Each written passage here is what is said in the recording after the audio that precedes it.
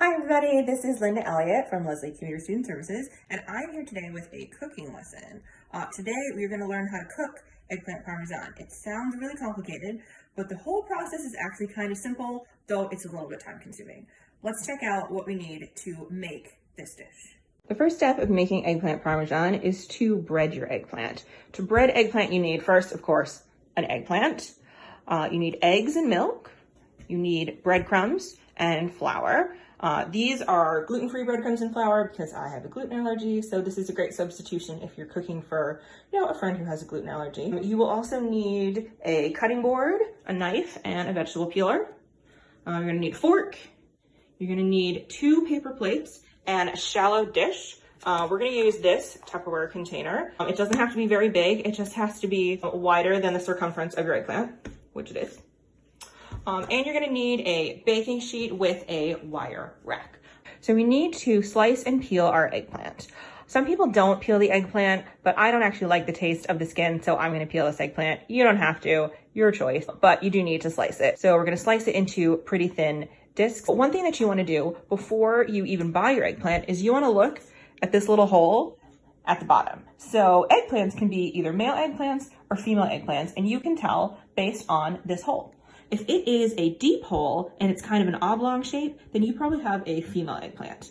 If it's a round hole that's pretty flat, then you probably have a male eggplant. The difference is that female eggplants have more seeds, which makes them a little bit more bitter.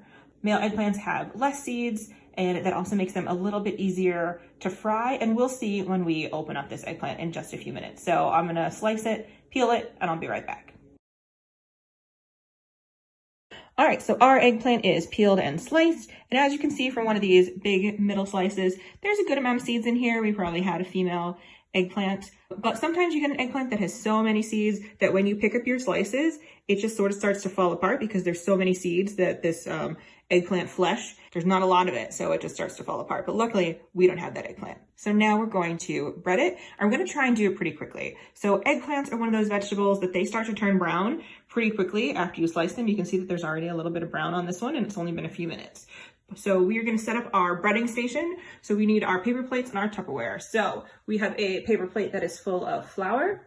We have a paper plate of breadcrumbs, and here in our Tupperware container, we have 2 beaten eggs, and to that we're gonna add a little bit of milk.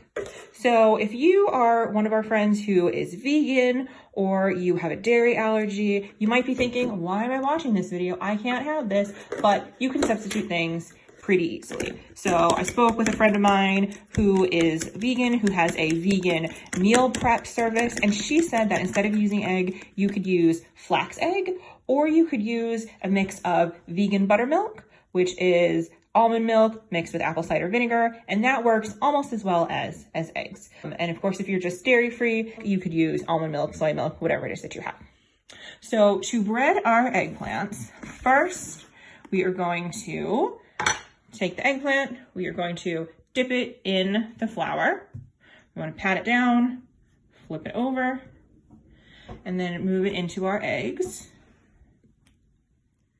All right, flip it over, and then we want to put it in our breadcrumbs so that it is nicely coated. And then we're going to move it to our wire rack over here. So that way, if there are any egg drippings off, it'll go to the bottom. We won't have excess breadcrumbs. It'll make things a little bit cleaner. Like I said, we want to work pretty quickly so that our eggplant doesn't brown. So I'll do one more here that you can watch, and then I will go do this behind the scenes. Yep, you want to make sure it is nice and coated in the egg and in the breadcrumb.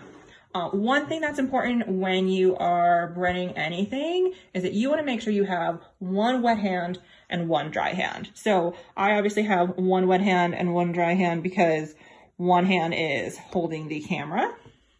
But you want to have one wet hand and one dry hand because breading isn't really a science. As you notice, there weren't any measuring cups. Depending on the size of your eggplant, you may need more or less breadcrumbs, depending on the thickness of your eggplant slices.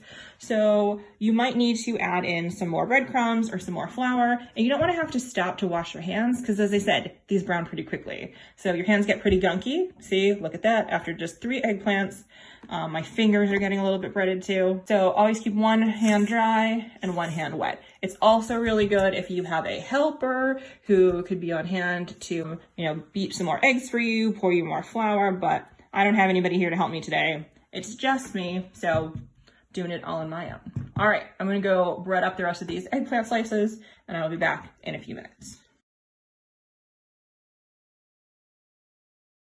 Now that our eggplants are breaded, we are going to move on to the frying stage. To do that, you need a frying pan, you need some oil, you need a plate, you need some tongs, and you need some paper towels. So we need the paper towels because we are going to put a paper towel on this plate so that once our eggplants are nice and fried, we are going to put them on the paper towel, and that'll sop up any extra oil. And that makes them not as, greasy and oily. That makes them yummier. So we are going to go ahead and put some oil in this pan, and we're going to turn it up to about a 5, and we're going to wait for our oil to get hot. Look nice enough to fry? Well, good, because that's what we're going to do right now. So our oil has been heating up for a little bit. You can see it's starting to shimmer. That's what they say on the Food Network. Once the oil starts to shimmer, it's ready to fry. But one of the things that you can do to test to make sure that it's ready to fry is to make a little piece of dough. So what I did was I took some of the leftover eggs and breadcrumbs, I rolled it up in a little bowl, and we're gonna plop it in.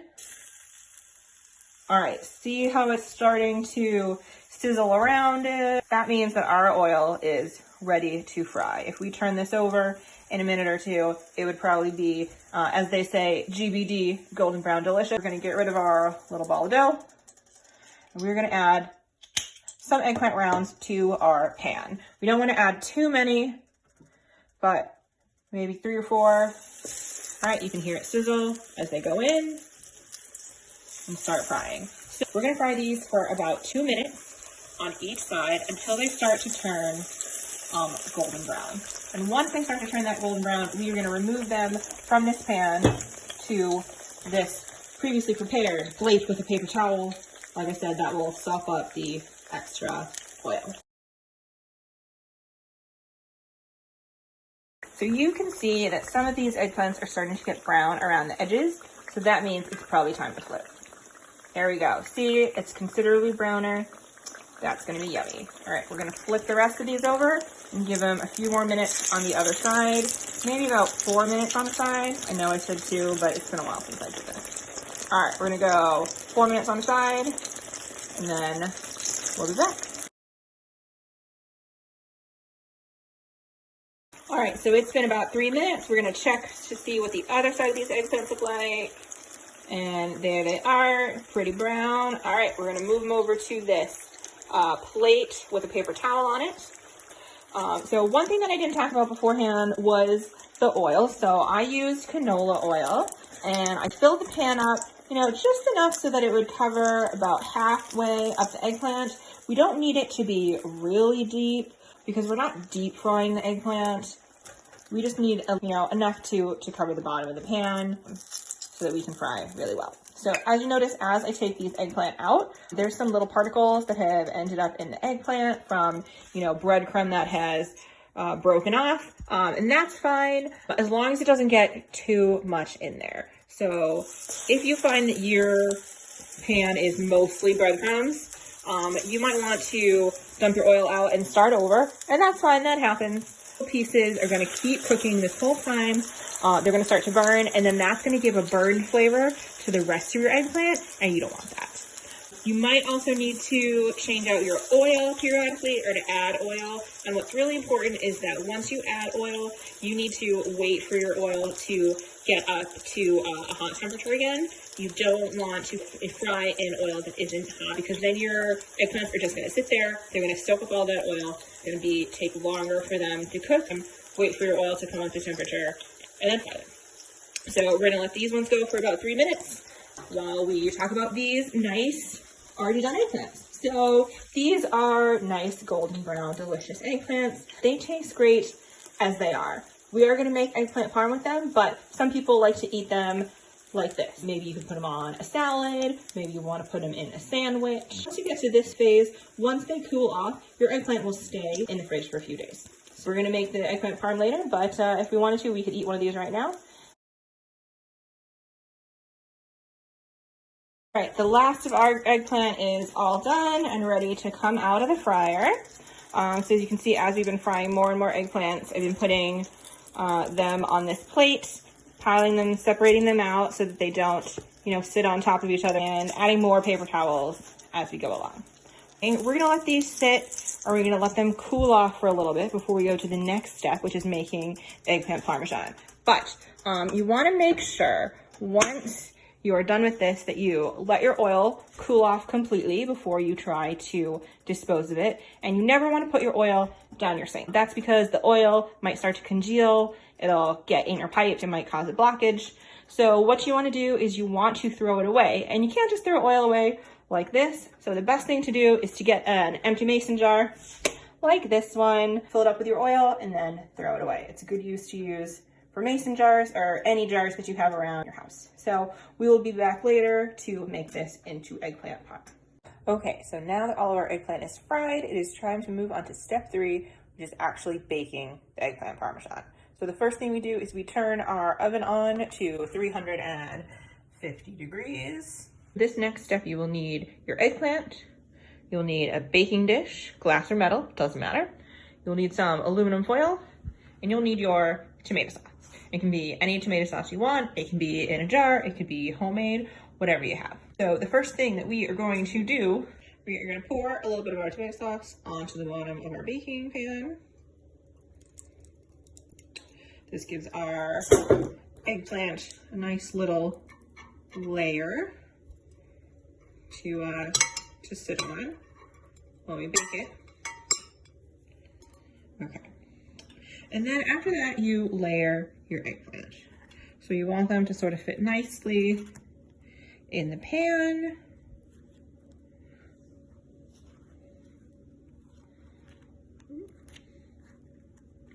4 or so rounds per layer. And I like to do 2 layers and then add another layer of tomato sauce. So with the amount of eggplant we have, we will probably get about 4 layers. So we've got 2 layers. Now we're gonna add more tomato sauce and spread that nice and evenly. You don't want to use too much tomato sauce because you don't want your eggplant to be too soggy, but you want enough so that it's covered and parts of your eggplant don't dry out during the process. All right, so we're gonna do that twice. Now we've got our eggplant nice and layered. First there was a layer of sauce, 2 layers of eggplant, another layer of sauce, 2 more layers of eggplant, and then sauce. So next we're going to cover it with foil. I know what you're thinking, hey, this is eggplant parmesan, where is the cheese? But the cheese doesn't come until later. So we get this all covered. We're gonna put it in our oven, which we had preset to 350 degrees in the middle of the oven. All right. We're gonna set the timer for 45 minutes. All right, so we will be back in 45 minutes to see what this looks like. All right, it's been 45 minutes and we just took our eggplant out of the oven. We're gonna take off the foil. All right, it's nice and hot, and we are gonna sprinkle on some cheese. So we are using freshly grated mozzarella cheese. We like to grate our own cheese in our house, but you can use pre-shredded cheese, you can use a vegan cheese if you're vegan or dairy free, and you just wanna spread a nice amount of cheese on top. All right, it's gonna melt up and be all nice and ooey gooey, because that's what everybody likes. All right, so we are covered in cheese, and we are going to put this back in the oven uncovered for about 10 minutes. We're gonna check on it to see how our cheese is. So we'll be back in 10 minutes. Our 10-minute timer went off. Let's see. There we go. Our eggplant looks all ooey gooey and delicious. Let's take it out. Here we are. So we have successfully made an eggplant parmesan. You can serve it with pasta. You can serve it on its own. You do want to give it about 10 minutes to cool off because it's way too hot to eat it right now. So that is how we've made eggplant. We hope you had a good time. We hope your eggplant comes out this nice, and we'll see you next time.